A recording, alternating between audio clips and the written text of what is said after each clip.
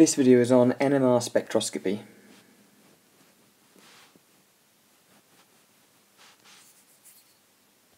So our aims for this video are to be able to assign peaks to the carbon atom as a molecule if given the carbon NMR spectrum, to predict the number of peaks a molecule will create in the carbon NMR spectrum based on its structure, assign peaks to the hydrogen atoms if given the proton NMR spectrum, the hydrogen NMR spectrum, and determine the structure of a compound using proton NMR spectrum data. That's probably the toughest aim at the end. You're not expected to know how NMR spectroscopy works, so I'm not going to cover that in this video. If you'd like to know more about that or to revise that, then you can come and see me, but you don't need to know it for your exam. There are many types of NMR spectroscopy. The two that you look at in your specification is carbon-13 NMR and proton NMR, that is hydrogen NMR. The first one I'm going to look at in this video is carbon NMR, and we're going to first look at how to assign the peaks in a carbon NMR spectrum if given the molecule looks like. So here is part of the NMR spectrum of this molecule, and what you'll need to assign the peaks is this data table here, and this you'll find this is what you'll find in the data table you get in your exam. So it shows the type of carbon, and the bold carbon is the one that the peak will represent, and the chemical shift. Now the chemical shift will be further to the left. You'll see that the axis actually goes backwards, if you like, if you're used to it. Mathematical graphs, if you like. The chemical shift is higher if the carbon is more electron deficient. So you'll see that the carbonyl carbons are shifted more than, say, just alkyl carbons. So what we're going to do is start with these top peaks here. Now you'll see that not all of this molecule is represented. There's far more peaks in this molecule that's represented here. This is just part of it. So it's going to assign part of the spectrum. And these two peaks here you'll see are between about 70 and 80. And you'll see that also alcohol esters or ether carbons are between 50 and 90. Now this will be the first peak we'll assign. You'll see there are two very close together, and that's because there are actually two carbon atoms attached to an oxygen. There's a CH2 attached to this oxygen here, and there's a CH, or this C, attached to this hydroxide group, this alcohol group. Because they're both similar carbons in terms of the data table, that's why these peaks are very close together, but they're not identical to carbons. They're not joined to the same thing, which is why they do have different peaks. Now I don't know which peak is which, but I can assign those two peaks to those two carbons, so I'll do that just by drawing a line. Okay. The next two we come across are these two here. Again, these are two very close together, so we can assume that they're attached to a similar thing, and they're around 50, and you'll see that a carbon attached to an amine group has a shift value of between 25 and 60. So these two peaks here, it will make sense that those can be assigned to this carbon and this carbon, both attached to an N, both attached to an amine group, but again they're different. They're in different environments. They're attached to different things as well, and so that's why their peaks are slightly different. So we can assign that peak, or those two peaks rather, to this CH2 and this CH. It would make sense that the peak that is less shifted is probably this CH here, because this CH2 is closer to an oxygen, if you like. It's going to be more electron deficient than this CH. The next peak we can assign is this one around 40. And again, you'll see in your data table that a carbon next to a carbonyl group has a shift around 20 to 50. So it would make sense that this peak at 40 is probably this CH2 group here, which is attached to a carbonyl group. So again, I'll draw a line from that one to that one there. And then finally we've got one at around 20, or between 20 and 30, and you'll see that any shift between 5 and 40 can be a carbon attached to another carbon and nothing else. And these two methyl groups here are both attached to the same carbon, so they'll only be represented by one peak because they are attached to the same thing. We call these chemically identical, or they're in identical chemical environments, and so they will only make one peak. And so we can say that that large peak there can be attributed to those two carbons. The only carbons we haven't assigned is this cedral bond O, or this carbonyl carbon, and you'll see that carbonyl carbons have a shift between 160 and 220, and so that'll be off this scale here, and this benzene ring that has 6 carbons in, and you'll see again, any carbons in a benzene ring are shifted between 110 and 160, again off the scale. So you'll probably expect a few peaks further along up here somewhere.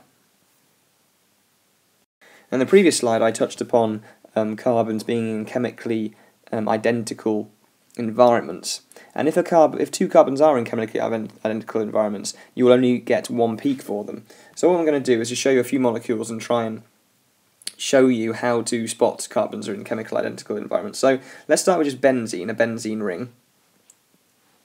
With this, every single carbon is attached to the same thing, and so what you'll only get one peak for this benzene ring. All these carbons are attached to the same thing. They're all identical, if you like. The symmetry of this molecule is total, that every single carbon is attached to exactly the same thing. If I introduce another group to this benzene ring, for example an NO2, then what we'll get is carbons that are differing distances away from this NO2 group. So for example, this carbon is 1 bond away, both of these carbons are 2 bonds away, both of these carbons are 3 bonds away, and this carbon is 4 bonds away. So what you'll get is 1, 2, 3, 4 different peaks for this molecule. If we then give this molecule two identical groups at either end, you'll then cut down the number of identical chemical environments. So both of these carbons are just 1 bond away from an NO2, and all 4 of these carbons are 2 bonds away from NO2. So this one will only have 2 different environments, and therefore 2 peaks. If we now look at something that isn't benzene, for example this molecule,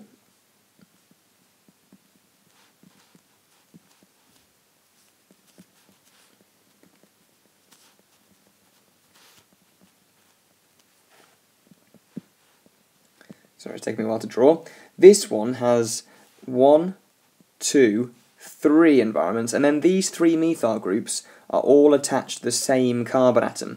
So all of these 3 methyl groups are in identical chemical environments. They all give 1 peak as well. So what we'll get in this one is 1, 2, 3, and then 4 different peaks.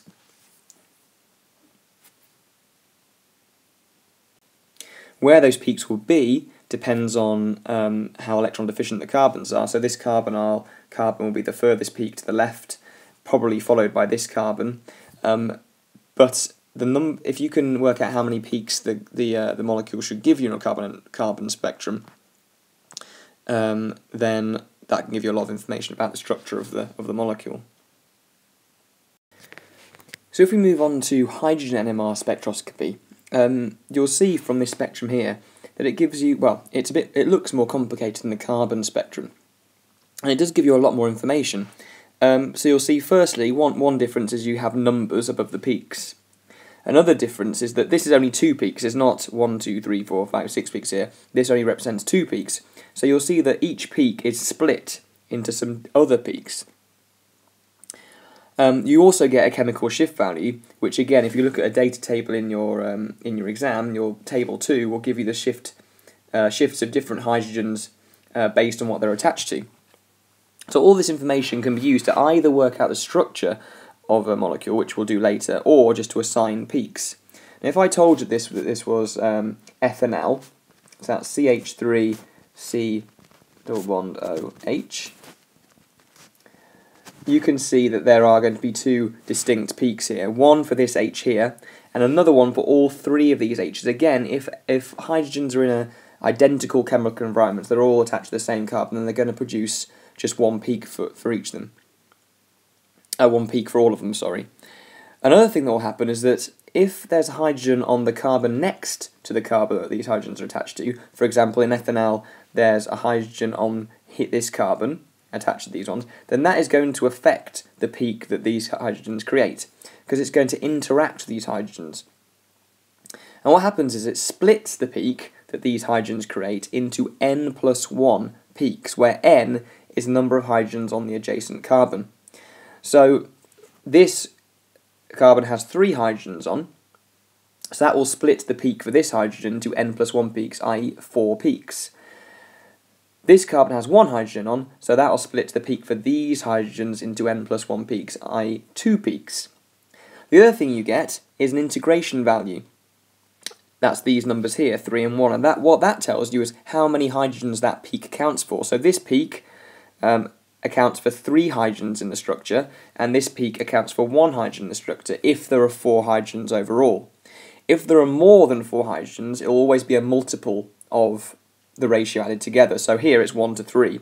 So if there are 8 hydrogens in the structure, then this peak will account for 2 hydrogens, and this peak will account for 6. The ratio needs to stay as 3 to 1, but if there are more than 4 hydrogens, then the ratio will be doubled or tripled, depending on how many hydrogens there are.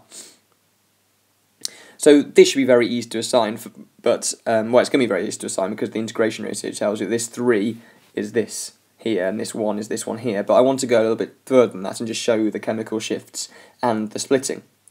So if we look at the chemical shift of this peak here, you'll see it's about 2.1. So if we look down these values here, you'll see that 2.1 exactly, between 2.1 and 2.6, is a hydrogen that's attached to a carbon next to a carbonyl group. And you'll see that these 3 hydrogens are attached to a carbon that's attached to a carbonyl group. So the chemical shift fits. The integration value fits because there's 3 hydrogens all in the same chemical environment, and the integration value is 3. And the splitting also fits because this is split into 2 peaks, which means, if we follow the n+1 rule, that the carbon next to this alkyl group should have 1 hydrogen attached to it here, and it does. So this peak here we can attribute to this carbon here. If we look at the other one, then this is around between 9 and 10, and you'll see that between 9 and 10 is a hydrogen that's attached to a carbonyl group by an aldehyde hydrogen, and you'll see that this is an aldehyde hydrogen. There's only 1 hydrogen that this peak accounts for, again, that lone hydrogen is in a chemical environment of its own, and this peak is split into 4 peaks. So n+1 peaks would mean that the group next to this carbon the hydrogen is attached to will have a methyl group in on, a CH3, because remember, the CH3 will split the hydrogen next to it into n+1 peaks, so 4 peaks, and it does have a methyl group attached to it. So it's safe to assume that this peak here would be attributed to that hydrogen there. So the next thing I'm going to go through is how to determine the structure of a compound using the NMR spectrum, the proton NMR spectrum, rather than just assigning the peaks, which is a bit more difficult. And I think the best way to show you is to go through an example. Now you'll notice here they haven't actually given you a spectrum, and they're very unlikely to in an exam, just because it's quite difficult to fit a whole proton NMR spectrum onto an exam paper. So instead they've given you in table form. So you'll see that you have all the information still. You have the chemical shift here, you have the splitting patterns, which are given in words, and that's how they'd expect you to express the splitting patterns as well. So singlet is just 1 peak, doublet is a peak split into 2, triplet a peak split into 3, and a quartet a peak split into 4.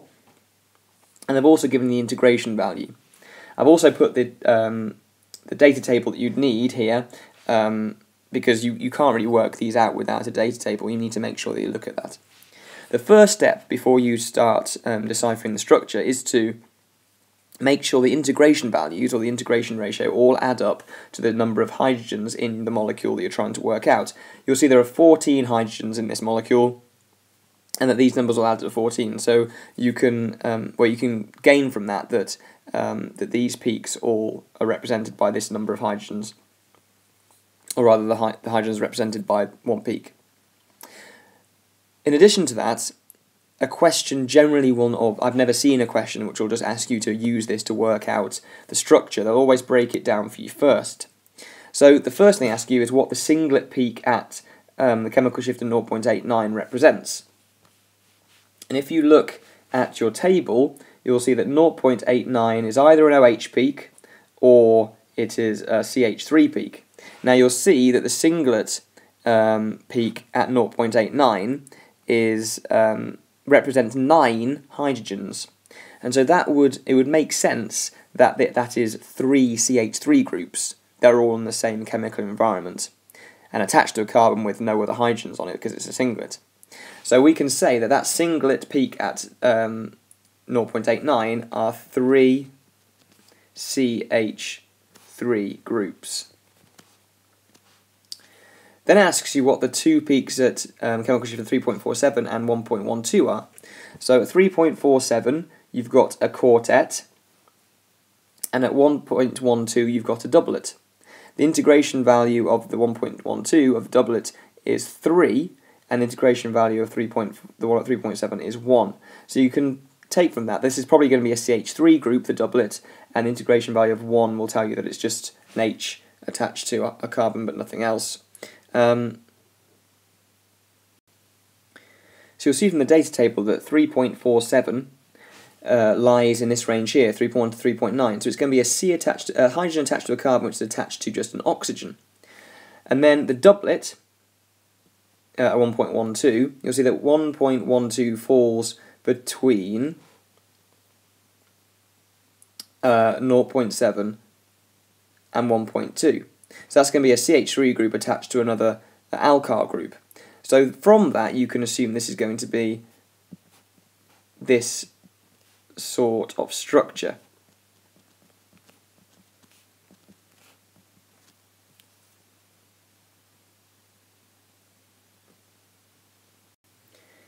Then it asks you to deduce the structure of C from the information we've worked out in part A and B.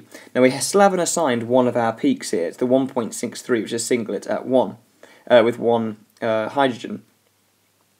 And 1.63 would be an OH. You can see it's between 0.5 and 5, and that will fit this structure here. So we'll put the H in, well, that will answer 5b2. So now we're just answering 5b3. So to finish this off, what you'd have is the H here, and then you've got to put these 3 CH3 groups somewhere. If we've got 3 CH3 groups and 2 Cs here, that's 5 carbons overall. You'll see from the molecule that there are 6 carbons in the structure. So there is another carbon in there, but it hasn't got any hydrogens attached to it. So the structure that would make sense is the following. If I just make some room by deleting some of this, just bear with me. I'm just going to get rid of this.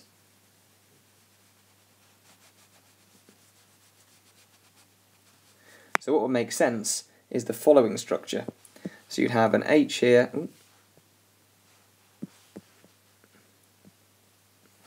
Sorry about that. You'd have an H here, and then you'd have a C attached to 3 CH3 groups. Now whenever you've worked out a structure of a compound, it's always best just to check that everything fits. So these 3 CH3 groups are attached to a carbon with nothing on it, so that's going to split it into a singlet, or rather there's not any splitting at all. You'll see that this is a singlet, and those CH3 groups are all in identical environments. So you've got 9 in the same environment, you'll see that that integration ratio is 9, so that fits.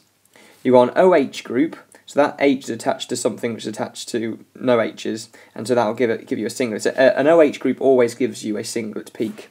So you'll see that singlet there, its integration value is 1, it's only 1 hydrogen that it accounts for, and the ppm value is 1.63, which is between 0.5 and 5 for an OH group, so that fits. This CH group is this one here, there's only 1 hydrogen in it, so that fits. It's a quartet, and it's a quartet because it's split into 4 from these 3 hydrogens on the methyl group next to it, so that fits. And 3.47, the hydrogen's attached to a carbon that's attached to an oxygen, and that's between these 2 values here, and that fits as well. And then you've got a methyl group finally that's attached to a CH, and that's one here, so splitting pattern is going to be a doublet, which fits. The integration value is 3, there are 3 hydrogens on that carbon, so that fits, and the ppm value also fits because it's 1.12, which is between 0.7 and 1.2 for our CH3. That is a CH3 group attached to another carbon, basically. So because it all fits, that must be the answer. So now we're just going to look at a couple of past exam questions just to show you what they look like. So here is one shows you 3 isomers of a compound, and it says give the number of peaks in the carbon-13 NMR spectrum of each isomer. So this is worth 3 marks, and it should be an easy 3 marks, to be honest. All you've got to do is look for the carbons that are in identical situations. So for the first one, W, you'll see that both of these carbons attached to the NO2 are in a similar, are an identical chemical environment.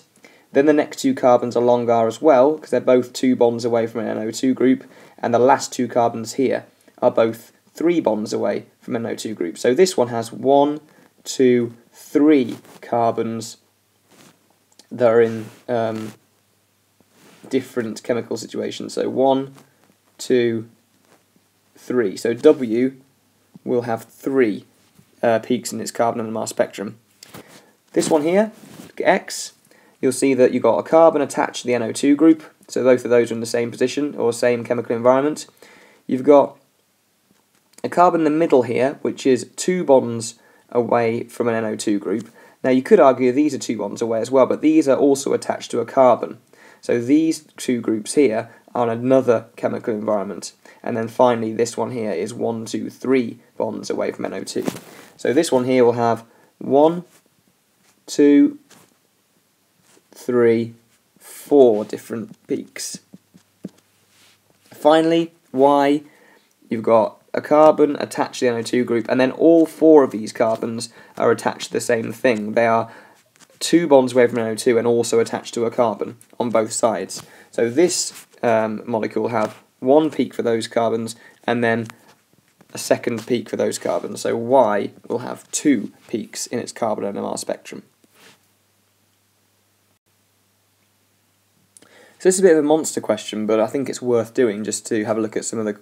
There's not much in this question, actually. It's not very difficult. It's just a lot of writing. It's from an old paper, which is why it says use table 1 in this question of the data sheet, even though it's now table 2 in your new papers.